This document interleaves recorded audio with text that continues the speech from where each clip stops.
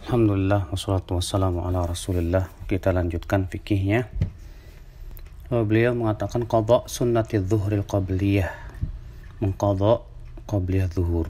Dari Aisyah radhiyallahu anha adalah Nabi SAW apabila tidak sempat sholat 4 rakaat sebelum zuhur, beliau lakukan 4 rakaat tersebut setelah zuhur.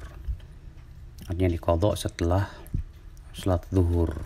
Berarti ditambah dengan ba'diyah menjadi 8 rakaat. Diriwayatkan Imam At-Tirmidzi. Kemudian qadha sunnah ba'diyah zuhur. Dari Quraib bahwasanya Ibnu Abbas dan Miswar bin Makhramah dan Abdurrahman bin Azhar mengirim seseorang kepada Aisyah. Lalu kemudian mereka bertanya kepada Aisyah tentang 2 rakaat setelah asar.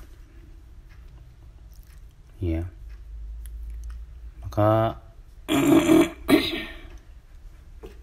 Aisyah radhiyallahu anha berkata, coba tanya Ummu Salamah. Lalu aku pun keluar kepada mereka, lalu aku mengabarkan perkataan mereka.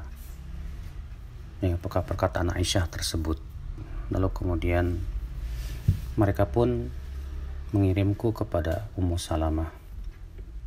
Maka Ummu Salamah mendengar bahwa Nabi SAW melarang sholat setelah asar.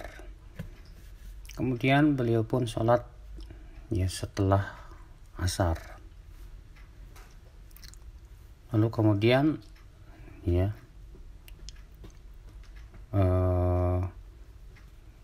Rasulullah SAW ditanya tentang 2 rakaat setelah asar tersebut.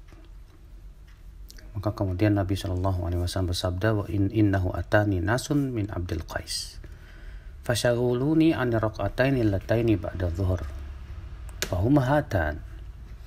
Bahwa ada orang-orang dari Abdul Qais yang membuat aku tidak sempat untuk sholat 2 rakaat setelah zuhur. Maka inilah 2 rakaat setelah asar, maksudnya itu qadha ba'da zuhur. Diriwayatkan Imam Bukhari dan Muslim.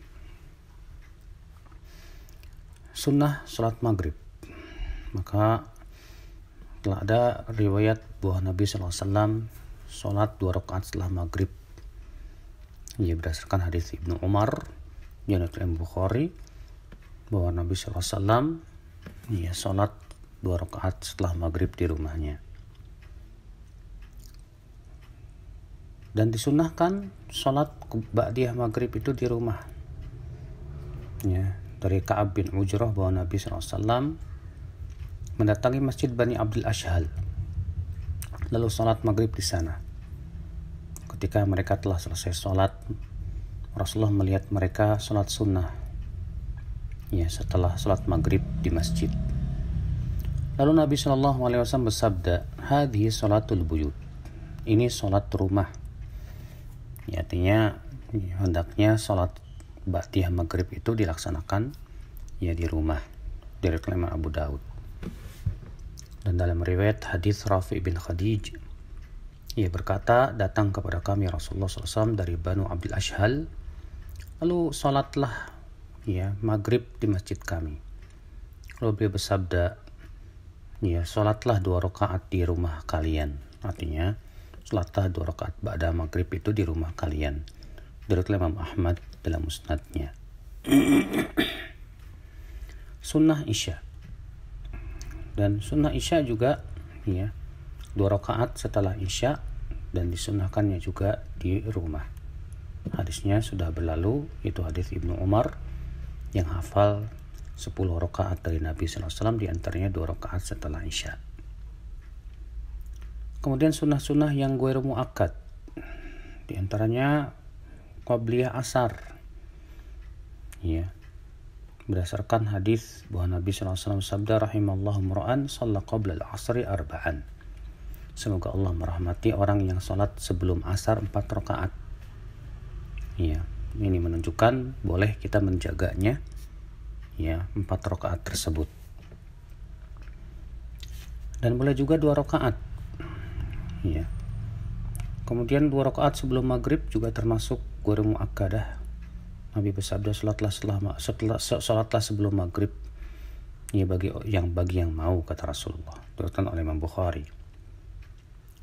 Demikian pula 2 rakaat sebelum isya, berdasarkan keumuman hadis, baina kulli adzanaini shalah, di antara 2 adzan terdapat salat. Maksudnya antara adzan dan qomat, dari Imam Ahmad.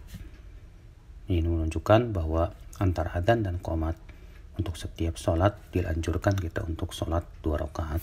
Wallahu a'lam.